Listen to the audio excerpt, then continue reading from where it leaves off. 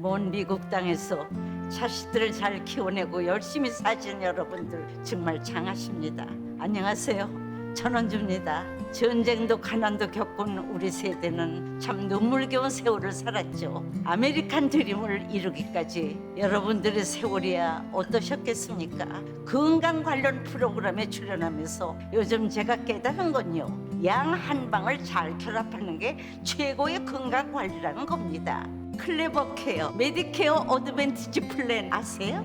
양방과 한방의 좋은 혜택들을 쏙쏙 뽑아서 제공해주는 똘똘한 플랜이더군요.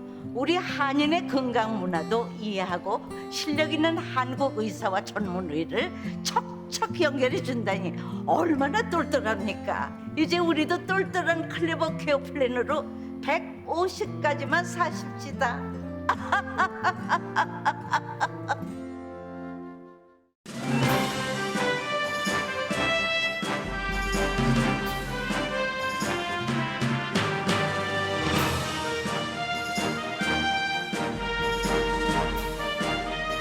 행복한 4월 마음 따뜻하게 보내세요. 라디오 서울이 함께합니다. 강혜신의 오늘의 미국.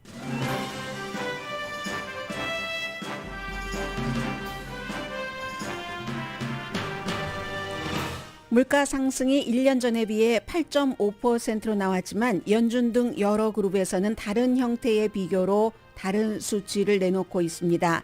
수치도 수치지만 더 중요한 건 물가가 앞으로 더 오를 것인지 내릴 것인지인데 전문가들의 공통 의견이 없습니다.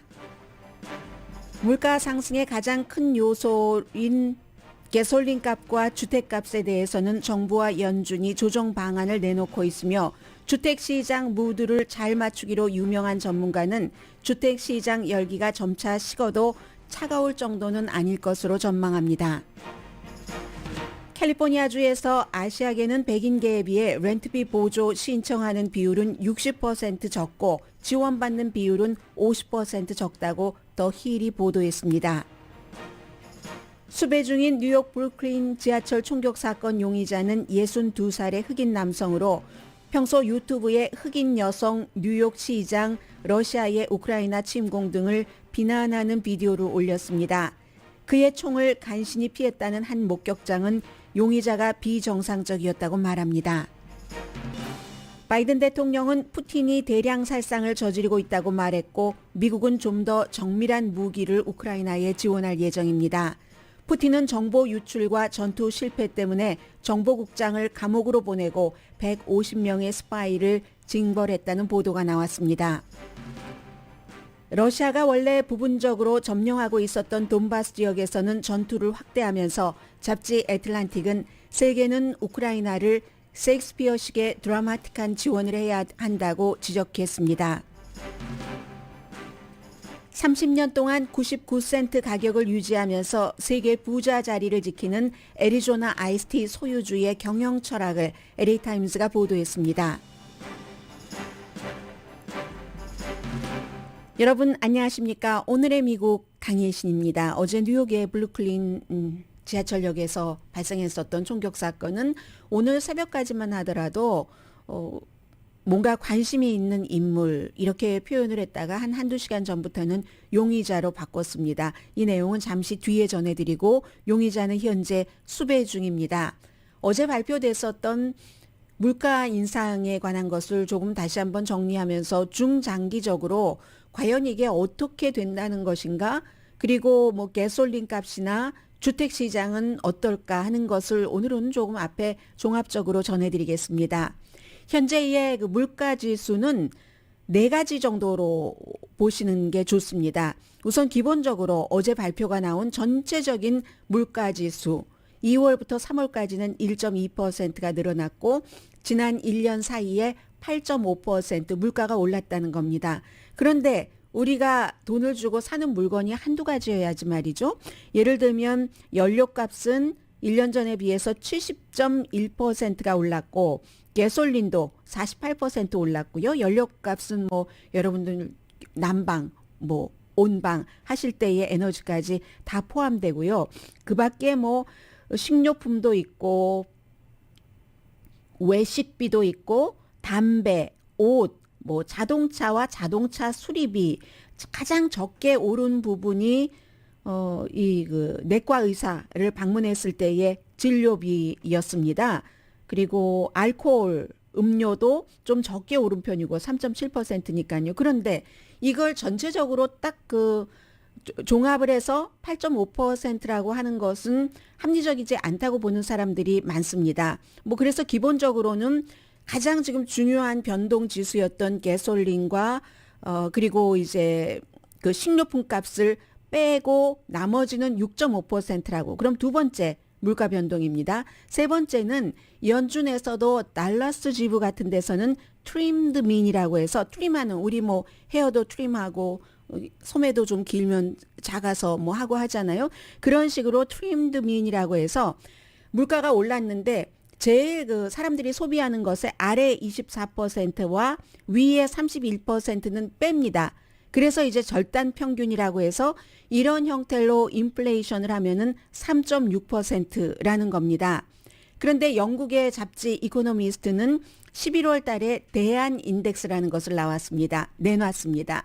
달라스 연준 그 지부에서 뭐 위에 31%와 아래 24%를 그냥 딱 줄이고 중간 거로만 한다 하는 건 너무 가파르기 때문에 이 이코노미스트는 좀 가파름을 보드랍게 하기 위해서 중간 가까이에 있는 지수, 뭐 예를 들면 오일은 제일 많이 올랐고 의료비는 제일 적게 올랐다 하면 그 중간 어디쯤에 무슨 뭐 외식비라든가 뭐 베지터블하고 채소라든가 이건 이제 밀 이런 것과는 다르고요. 기름이랑은 그런 형태를 좀 강조하고 그리고 가파르게 있는 그 달라스 지부가 아예 빼버리는 이거를 아예 빼진 않고 조금 넣었을 때 그랬을 때의 인플레이션은 6%였다는 겁니다. 이렇게 볼 때는 연방준비제도가 지금 목표로 삼고 있는 것은 2% 내외이기 때문에 그래도 연준은 이렇게 잡으나 저렇게 잡으나 잠 못 이루는 밤이다. 연준의 달라스 지부만이 3.6%라고 잡지만 그건 또 아니다라고 현재의 물가지수는 이렇게 대강 비교가 된다고 보시고요. 두 번째는 물가가 더 오를 것인가 더 내릴 것인가. 여기에 공통적인 의견은 없습니다. 그런데 다만 나빠질 것이다 라고 보는 사람들과 좋아질 것이다 라고 보는 사람들, 나빠질 것을 먼저 말씀드리겠습니다. 러시아 침공이 아직 끝나지 않았고 그러면 가장 그 변동 폭이 큰 식품 값은 여전히 불안할 상태고 또 코비드로 어제 그 상하이의 얘기를 말씀을 드렸습니다. 중국은 코비드가 퍼지고 나면은 제조업이 그곳에서 많이 이루어지고 있기 때문에 다른 물가도 현재 오르지 않은 것이 오를 수도 있다는 제조품 미국에서 수입하는 이런 것을 생각을 해볼 수 있고요. 임금은 물가가 오르니까 요즘 뭐 사업이 뭐 그다지 잘 되지 않는 건 알고 있습니다만 너무 물가가 올라서 아이 기저귀 값도 그렇고 분유값도 그렇고 생활하기가 힘듭니다. 조금만 올려주세요 라고 얘기를 하면은 그것을 지금 사람을 구하기 힘드니까 올려줄 수밖에 없고 그렇게 올려줬을 때 고용주는 그 물건이라든가 어떤 상품에 대해서 값을 또 올리면 그건 또 물가 상승으로 이어지고 이러한 것도 이제 위험 요소로 보여지는 겁니다. 나아진다는 굿뉴스를 좀 보면은 지난해 말부터 이미 내려가기 시작했다. 그래서 일부 내려간다. 가솔린 값도 내려간다. 뭐 중고차 값도 내려간다. 새차 값은 아직 뭐 그렇게 많이 내려가진 않았습니다. 그런 식으로 내려가기 시작하고 여기에 이제 연준이 계속 이자율을 올린다면은 잡을 수 있다라고 얘기를 하고 있죠. 더군다나 가솔린 값이 조금 싸지고 이미 그 원유도 배럴당 $100 아래입니다. 현재 뭐 평균 $94 정도는 되는데 얼마 전에 뭐 $120까지 올라갔었죠.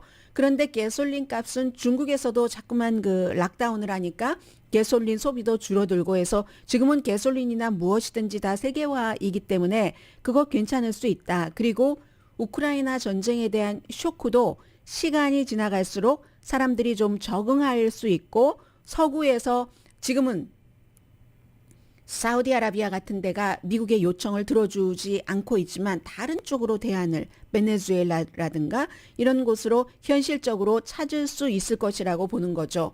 그러면서 이제 더 깨끗한 에너지 쪽으로 돌아가는 거죠. 한국이나 미국이나 마찬가지입니다. 러시아 전쟁이 일어나고 난 이후에는 더 그쪽으로 갈 수밖에 없는 형편이 됐고요. 그 사이에 전쟁이 끝날 수도 있다.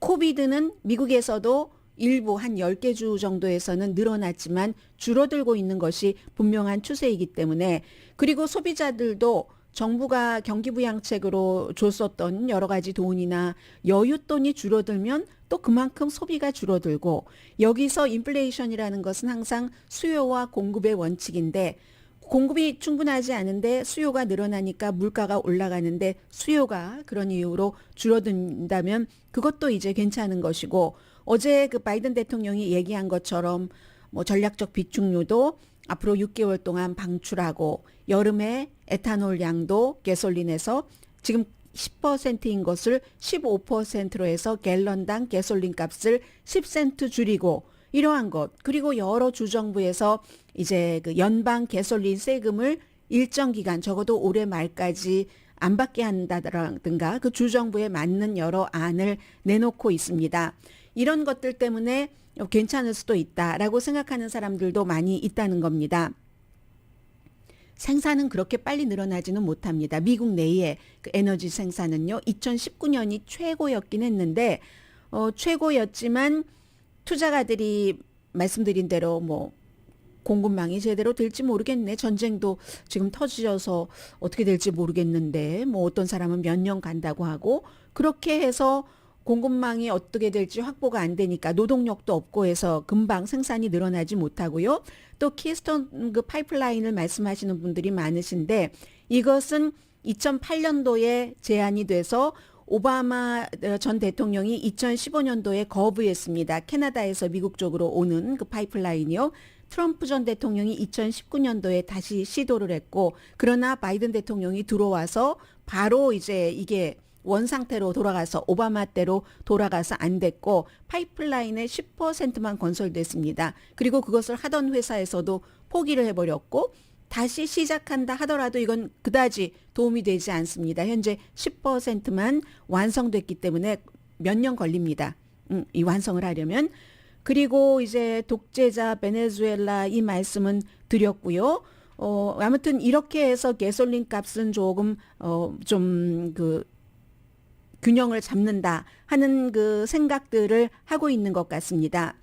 주택 시장을 말씀드리겠습니다. 주택 시장에 대해서 다시 거품 얘기가 나오는 것은 분명합니다.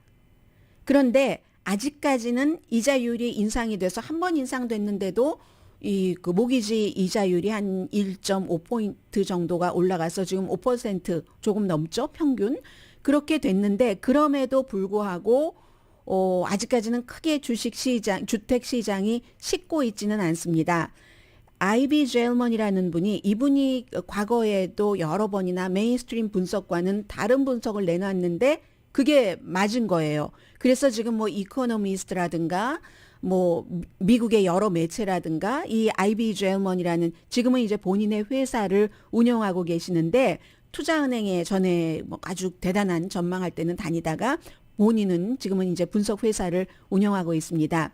이분이 2005년도에 주택에 그 문제가 생기기 전에 이미 경고를 했는데, 그 당시에는 그런 경고를 하는 사람이 없었습니다. 그리고 다른 그 투자가들이 주택 시장에 투자하는 것을 굉장히 꺼려할 때, 지금 바닥이야 라고 2012년도에 얘기를 했고, 그때부터 지금까지 주택값은 지금 더블 이상 됐습니다. 그렇기 때문에 이분의 그 아이비 젤먼 씨의 전망을 들여둘 필요가 있는데, 지금은 좋다는 겁니다.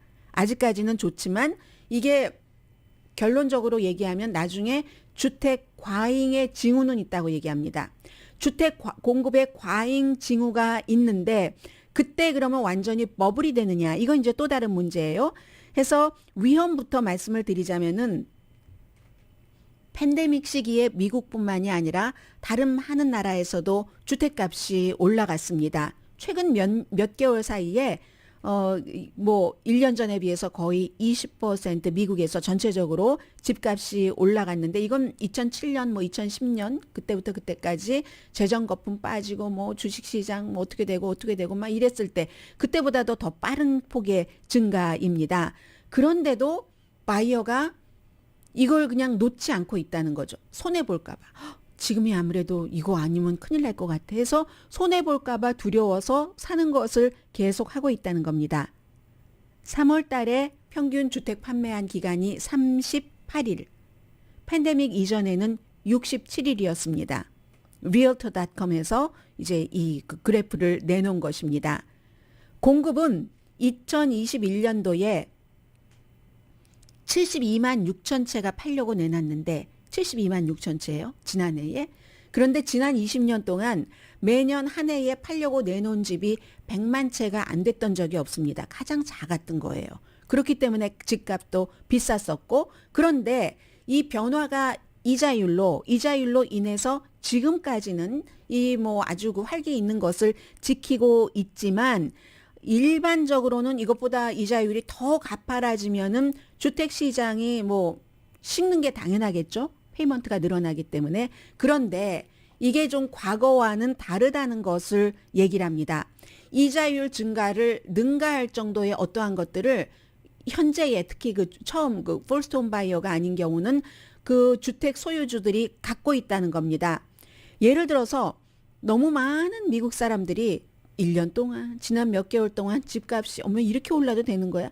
내가 과거에 뭐 20몇만 불 주고 샀는데 지금 그 집이 물론 10년 훨씬 넘었지만 20년쯤 됐지만 그게 120만 불에 옆집이 팔렸다고 하네? 우리 집은 옆집보다 조금 더 좋으니까 조금 더 크니까 더 받아야지 되는 거 아니야? 이렇게 생각을 했었던 사람들이 이자율이 오르기 전에 재융자를 해서 받아놓은 돈이 많이 지금 그러니까 여윳돈이 있다는 얘기입니다. 낮은 이자율로.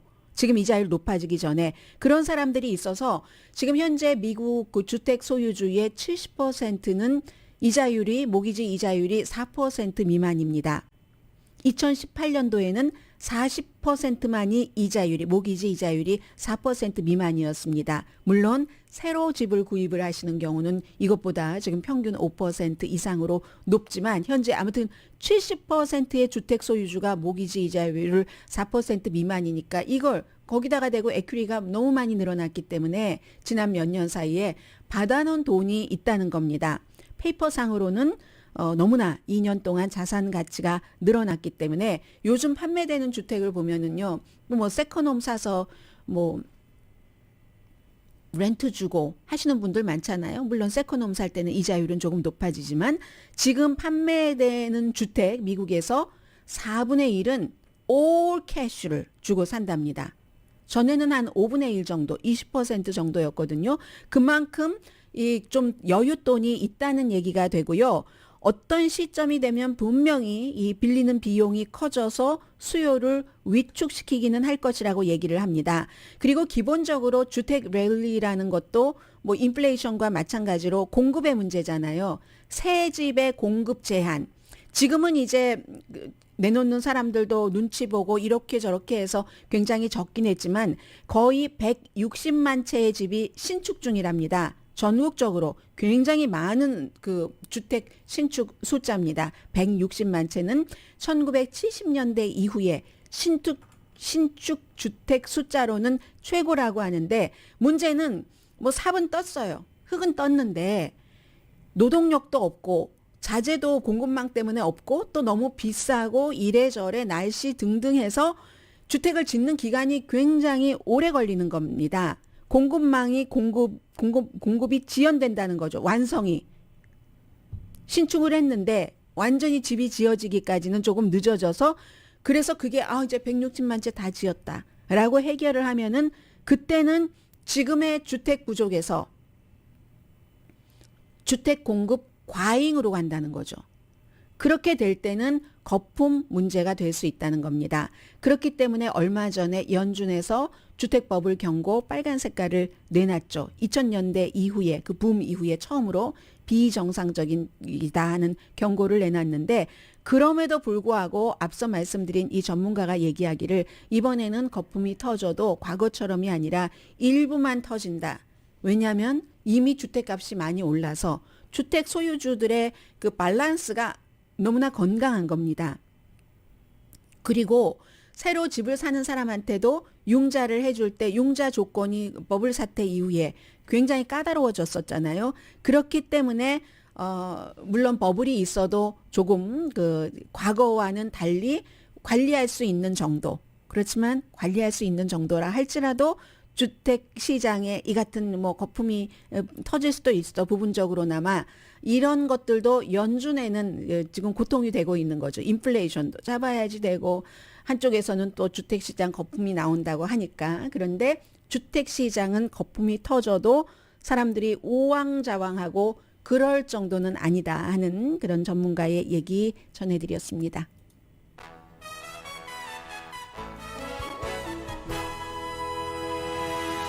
그런데 모든 것의 전망은 항상 전망입니다. 그리고 특히 주택의 경우에는 여러분들이 살고 계시는 지역 그리고 또 그 집의 상태 등등 개인적인 조건이 굉장히 많다는 것은 뭐 다들 알고 계시니까는요. 그런데 워낙에 이 생활비라든가 주택이라는 것은 주택을 갖고 계시는 분이나 지금 갖고 있지 않지만 갖기를 원하신 분이나에게 생활적으로는 현실적으로는 가장 중요한 이슈이기 때문에 기회가 닿아서 한번 말씀드렸습니다. 오늘의 미국은 건강하고 아름답게 유한 건강생활 셀리온 전문가가 추천하는 이민법 가정법 전문 제인정 종합법률사무소 코지다운 갤럭시 이불은 잠이 솔솔 오게 하는 기능성 거위털 이불 거위털 이불 전문회사 코지다운 친절하고 자세한 상담으로 절개를 최소화하는 복강경 수술 전문 장지아 외과 매일 아침 재래식으로 직접 만드는 검정콩 생순두부 수라원 순두부 덜마지 울세라 MRT 특별 패키지로 여러분의 아름다움을 찾아드리는 미러클 레이저 클리닉 차원이 다른 샴푸용 흰머리 염색약 수화연을 핫세일 중인 한국 홈쇼핑 공동후원입니다. 잠시 뒤에 그 뉴욕의 사건 속보와 우크라이나 Waiting for Godot가 아니라 드라마틱한 셰익스피어식의 지원이 돼야지 된다고 잡지 애틀란틱이 얘기를 했습니다.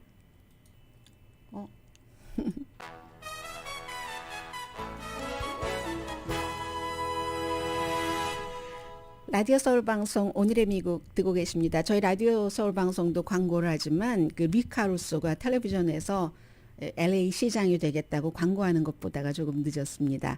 이 리카루소는 지금까지 정치인이 아니고 이번에 이제 LA 시장 선거에 나오기 위해서 공화당에서 민주당으로 바꿨는데 워낙에 돈이 많은 사람이잖아요. 뭐 예비 선거에서 뭐 900만 달러 이상을 광고 요금으로 쓰니까 캐런버스 같은 경우는 로스앤젤레스 시장 선거에서 50%가 되지 않으면 며칠 전에 치러졌던 프랑스 대통령 선거처럼 결선을 치러야 되고 지금 12명이나 나갔으니까 당연히 누구도 50%가 안 되겠죠. 리카루소 이전에는 많은 사람들이 있었어요. 뭐 케빈 딜레온도 있었고 그밖에 뭐 마이클 퓨어 검사장도 있었고 하는데 캐런 베스 같은 경우는 지난번에 바이든 행정부가 들어가면서 이 카멜라 해리스와 함께 누구를 최초의 여자 부통령으로 하나? 왜냐하면 캐런 버스도 아프리칸 아메리칸이기 때문에 그렇게 할 정도로 인지도도 높아졌는데 갑자기 리카루소가 들어와서 범죄를 얘기를 하면서 하니까 이게 며칠 전에 나온 그 여론조사에서 UC 버클리에서 거의 뭐 한 1% 조금 안 되게 차이로 리카루소가 앞섰다는 얘기 아니겠어요? 그런데 이거는 아직은 모릅니다.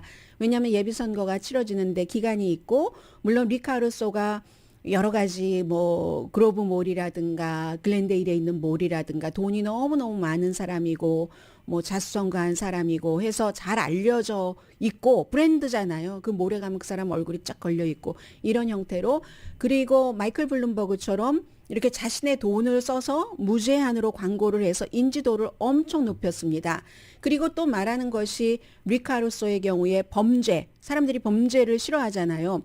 범죄를 얘기를 하는데 물론 LA 시민들이 제일 중요하게 생각하는 것은 홈리스입니다. 그런데 홈리스 이슈에 있어서는 12명 후보 가운데 누구도 이 사람이다 하고 지원을 확 받는 게 없습니다. 그렇지만 리카루소는 범죄를 굉장히 많이 얘기하면서 솔직히 얘기하는 건 틀려요. 리카루소가 그 앞으로 LA가 뭐 지금까지 역대 어느 때보다도 가장 아주 그 범죄의 소굴이 될 것이다라고 말하고 이거는 사실과는 다르거든요. 그렇지만 어쨌든 이 캐런 베스 같은 사람이 어차피 예비선거에서는 이길 것을 확신함으로 돈을 아껴뒀다가 리카루소 같은 사람이랑 대하려면은 선거기금을 모금해서 하는 사람과 그 부자가 자기 돈 쓰는 것과는 다르잖아요. 해서 지금 인지도는 많이 올려놨는데 처음에 누가 리카루소라는 정치 경험이 없고 공화당에서 선거에 나오기 위해서 민주당으로 당을 바꾼 사람을 지지를 했겠습니까? 그러나 자꾸 텔레비전에서 조금 전에도 봤는데 이 케이블 전국적인 케이블 텔레비전에도 나오고 하면은 인지도가 점점 높아지는 거죠. 그리고 대체로 보면은 홈리스에 대해서는 LA 유권자들이 이 사람하고 딱히 정하는 사람이 없습니다. 그런데 주택에 대해서는 캐런 베스가 훨씬 좀 강하고 범죄 여기에 대해서는 리카루소가 강한데 그리고 유권자 지금 그 숫자로 보면은요. 이 지지율도 지지율이지만 그 유권자 그 숫자로 보면은 현재로서는 지금과 같이 선거가 오늘 치러진다면 리카루소가 유리해 보입니다. 왜냐하면 샌프란도 밸리 이쪽 지역이 이 리카루소를 거의 캐런 베스보다 2배 더 많이 지지하는데 그쪽이 유권자의 뭐 한 40%를 차지하고 있거든요. 그럼 캐런 베스를 정말 많이 지지하는 아프리칸 아메리칸이 많은 곳, 이곳은 뭐 한 20%, 서로 비슷한 곳 뭐 20% 이런 형태로 돼 있기 때문에 그렇기 때문에 현재로서는 두 사람이 다른 사람들 다 가려졌어요. 리카루소보다 훨씬 경험이 많은 사람들 예비선거에 현재로서는 특별한 일이 생기지 않으면 나갈 가능성이 높다. 왜냐하면 다른 사람들이 아주 높았던 사람들이 케빈 딜레온, 뭐 마이크 퓨얼 이런 사람들이 2월 달에 비해서도 훨씬 지금 지지율이 줄어들어서 6%, 뭐 어떤 사람은 2%이 정도밖에 안 되거든요. 두 사람만 뭐 24점 몇, 23점 몇 이 정도 나오거든요. 두 사람이 예비선거에서 아마 이겨서 결선을 하지 않을까 생각이 됩니다. 이 생방송은 항상 이래서 예상하지 않았던 것을 말씀을 드렸습니다. 아직 시기가 아닐 수도 있겠다라고 생각이 됐는데 뭐 오늘쯤은 시기이기는 했습니다. 그래서 말씀을 드렸고요. 이 브루클린의 그 용의자는 이제는 그 용의자라고 얘기를 하는데 새벽까지만 하더라도 그 person of interest라고 했습니다. 그런데 결국은 어제 말씀드렸던 것보다 훨씬 총을 33발이나 쏴서 10명이 총상을 입고 5명이 중태이긴 하지만 생명에는 지장이 없고요. 나머지 13명은 뭐 연막탄을 먼저 쐈으니까 뭐 호흡 곤란이라든가 여러 가지 또 도망치다가 넘어지고 다치고 그런 사람입니다. 62세의 프랭크 제임스라는 흑인 남성, 주소는 필라델피아와 위스콘신 밀워키로 돼 있고 목격자의 휴대폰으로 다 이게 찍혔습니다. 그 사건 당시에 딱 그 찍힐 만한 그런 그 카메라, 지하철의 카메라가 작동을 하지 않았었지만 어쨌든 목격자의 카메라로 다 돼 있고 U-홀 트럭이 하나 사건 현장 인근에서 발견이 됐는데 거기에 이제 뭐 9mm 반자동 핸드건, 탄약, 망치, 폭발물, 뭐 현장에도 뭐 망치 다 가지고 하고 했다고 하지만 검은 쓰레기통, 연막탄, 불꽃놀이 기구, 휘발유 등등 다 있었고 이것을 기반으로 해서 이 U-홀 자동차는 필라델피아에서 렌트한 것으로 돼 있고 현상금 지금 5만 달러가 걸려 있습니다. 유튜브에 12개의 클립을 올렸었는데 흑인 사이의 폭력에 대해서는 흑인 여성을 비난을 했고요. 러시아 침공은 백인에 의한 대량 학살 증거다라고 얘기를 했고 에릭 아담스 뉴욕 시장이 이제 지하철에서 등등의 많은 그 범죄를 막겠다라고 얘기하니까 그게 어떻게 다 막지는 못하지 스탑 시킨다고 했으니까 스탑은 못 시키지 슬로우 다운은 할지라도 하면서 지하철에서 이제 그런 일을 벌였다 하는 겁니다. 그리고 목격자가 얘기하기를 혼자서 막 중얼중얼거리고 했는데 그 지하철 안에서 사건을 벌이기 전에 아마 마약에 취한 것 같다 이렇게 생각을 했다고 언론과 인터뷰를 하는데 젊은 사람입니다. 먼저 본인에게 총을 쐈는데 잽싸게 피해서 다른 사람이 총에 맞았다. 먼저 도끼부터 꺼냈대요. 도끼부터 이렇게 꺼내서 그다음에 확 팽개쳐버리고 총을 꺼내고 했다는 건데 또 이 총이 잼이 돼서 더 많은 살상을 아직 완전히 숨진 사람은 없으니까요. 더 많은 그 부상을 입히지는 않았다는 얘기가 나옵니다. 뭐 이 정도 되면 궁금하죠. 범행 동기. 대체로 지금까지 나온 얘기를 보면 어떤 상태였구나 그 용의자가 하는 것은 짐작이 됩니다만은 정확한 범행 동기는 아직 모르고 범행은 혼자 저지른 것으로 현재 연방수사국, 뉴욕 경찰국 등등 이 담당 경관들은 수사 당국은 파악하고 있습니다. 우크라이나 사태는 이제 미국의 완전한 에브리데이 탑 뉴스가 됐는데 연민과 동정심만으로는 안 된다. 2월 말에 그 전쟁이 시작되고 유럽은 우크라이나에 지원한 액수보다 35배 많이 러시아에 돈을 냈습니다. 에너지를 사기 위해서. 지금 하루에 뭐 70억 달러인가 적자라고 들었습니다. 우크라이나가. 파괴된 건물이 뭐 거주 빌딩만 아파트먼트만 한 뭐 4,400채 이상이 되고요. 학교, 중등학교 무슨 뭐 고등교육기관도 몇백 그 건물 다 무너졌고 그밖에 예술 너무 많잖아요. 어찌 보면 이로써 구소련 시대에 스탈린 때부터 이어오던 그 같은 만들어 놓은 것은 없애고 다시 짓는 것이 가능할지도 모릅니다. 정신뿐만이 아니라 현상에 있는 모든 손에 잡히는 이런 그 물질들도 빌딩들도 그런데 어쨌든 그만큼 피해가 있었고 그리고 지금 이게 돈바스로 가면서는 어떻게 되냐면 키브를 못 들어간 것이 이 공급망도 제대로 못했고 이 사람들이 러시아가 뭐 전략도 제대로 못 썼고 여러 가지 이유로 못 들어갔는데 돈바스 같은 경우는 워낙에 러시아를 환영하는 사람들도 많은 지역이고 전쟁 전에 3분의 1이 돈바스 지역에서 러시아 쪽이었으니까는요. 그리고 이제 그 게릴라전을 할 수가 없잖아요. 우크라이나가.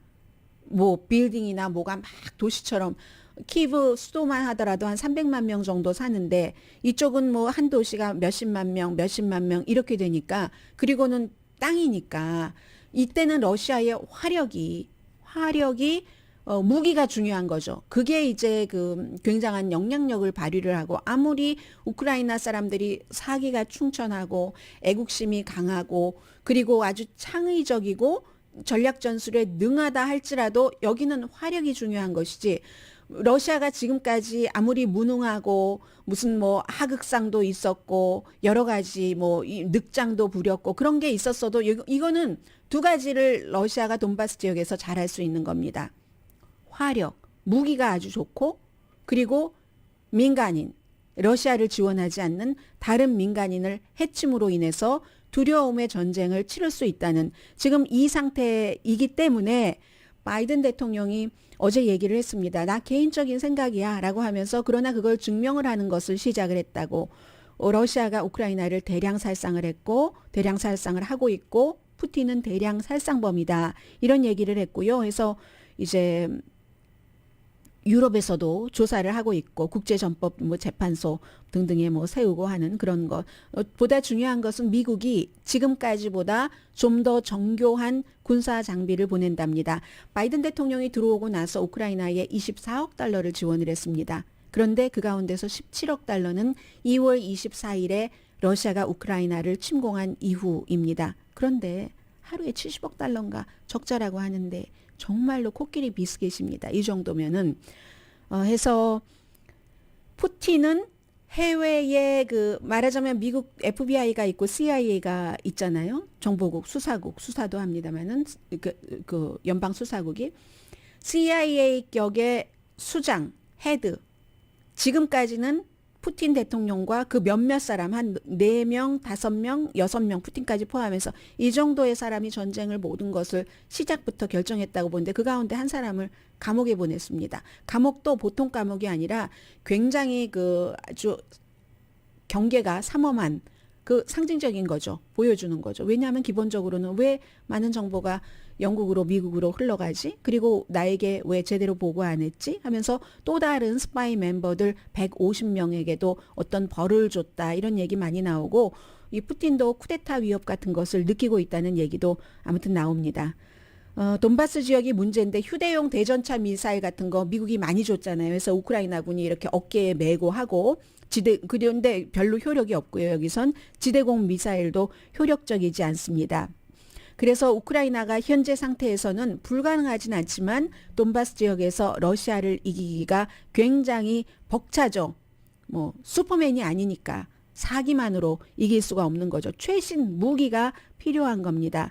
러시아의 작전 실수 같은 것도 여기서는 그게 별 문제가 안 될 수도 있고 그래서 이번에 민간인을 시리아 내전에서 굉장히 많이 학살을 한 장군을 현지 사령관으로 푸틴이 딱 그 지목을 했었잖아요. 그래서 미국이 이제 지금까지는 드론이라든가 비살상 장비 뭐 이런 거 많이 줬는데 조금 더 세련된 것을 준다고 하고 점점 더 많이 주고 더 세련된 장비를 주고 있죠. S-300 이 지대공 미사일 같은 것도 처음엔 주지 않다가 나중에 뭐 영국도 주고 뭐 그런 형태로 허용을 했으니까는요. 그런데 또 다른 지적을 애틀란틱은 합니다. 영국의 보리스 존슨 총리가 키브를 방문해서 젤렌스키를 방문했다면 왜 미국은 못하지? 미국도 국무장관이 갈 수도 있고 또 카밀라 해리스 부통령이 갈 수도 있고 상징적인 그 후원 지원도 굉장히 중요하니까 그런 얘기를 했고요. 전쟁에서는 원래 그 정보이기도 하고 정보전이기도 하고 연극이기도 합니다. 위대한 전쟁 지도자들이 다 그랬던 것처럼 윈스턴 처칠이나 샤를르 드골이나 볼로디미르 젤렌스키나 다 마찬가지인 거죠. 그래서 이 사무엘 베게트의 고도를 기다리며 waiting for 고도 같은 것을 미국은 너무 많이 했다. 지금까지 뭐 의회에 뭘 지지를 받아서 뭐 이렇게 저렇게 지금 하루가 여삼추인데 이런 것 하지 말고 고도를 기다리며 하지 말고 셰익스피어의 희비극처럼 그냥 드라마틱하게 우크라이나에 대한 결정은 미국이 아무리 거대한 함대라 할지라도 속전속결해야지 된다. 이런 얘기를 하면서 우크라이나 사람들이 이 전쟁에 있어서 우크라이나를 위해서만 싸우는 사람이 아니라 어쨌든 러시아와 세계의 민주주의를 지키기 위한 그런 그 효력이 있는 싸움을 하는 전문가다. 지금 해보니까 전문가더라. 이런 것을 인정을 하고 모든 지원할 수 있는 것을 더 빨리 더 많이 해야지 된다. 애틀란틱은 그렇게 얘기를 했습니다.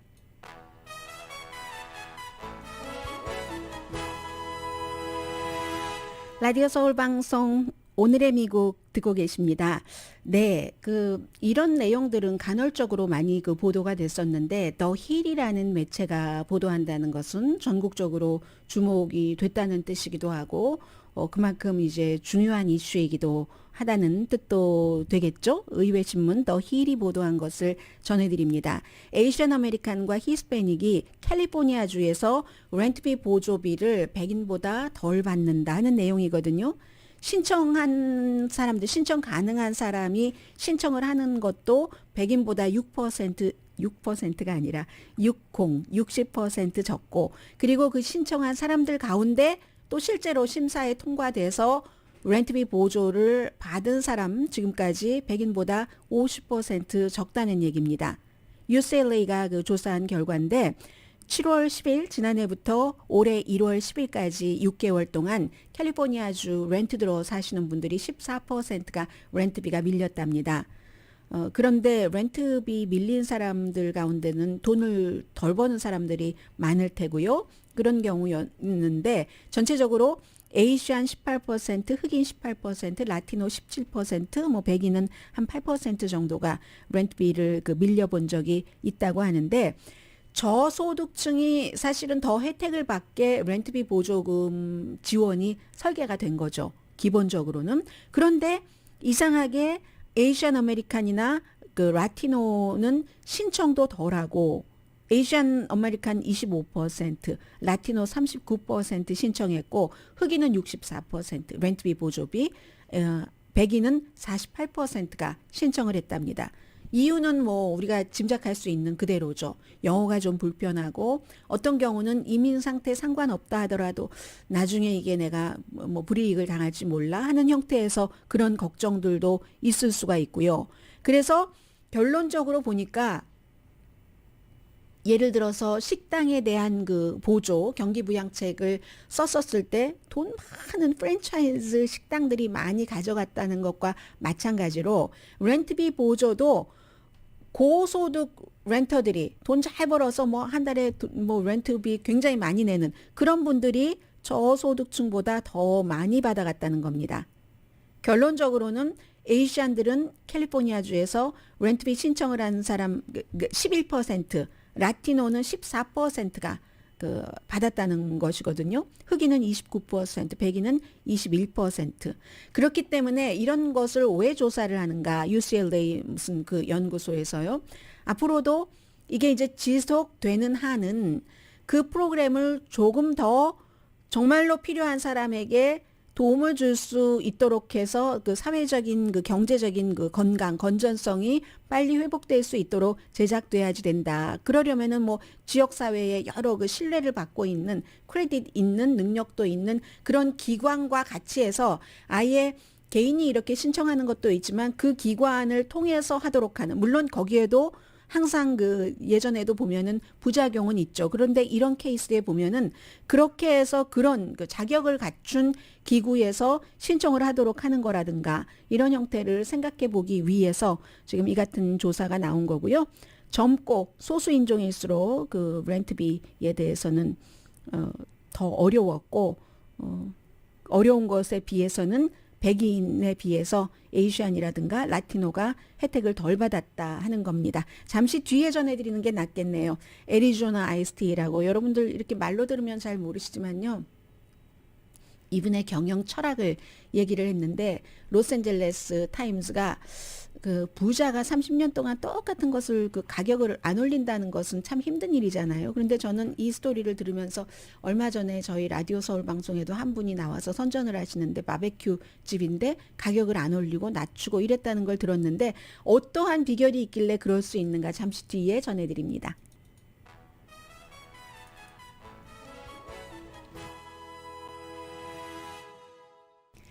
라디오 서울 방송 오늘의 미국 듣고 계십니다.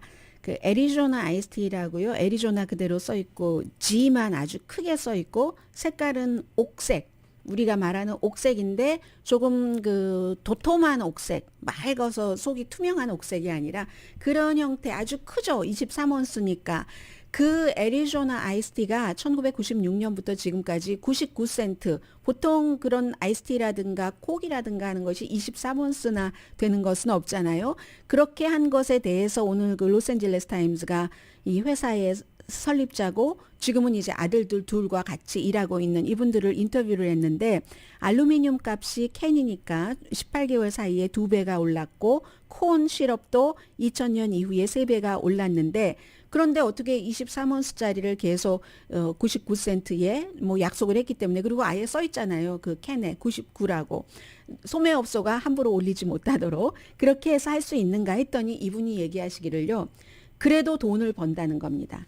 돈을 버는데 덜 벌어서 그렇지. 전보다. 이 부자가 그러니까 아들 둘과 아버지가 한 뭐 자산이 40억 달러 이상이 돼서 세계 1000대 부자 안에 속하거든요.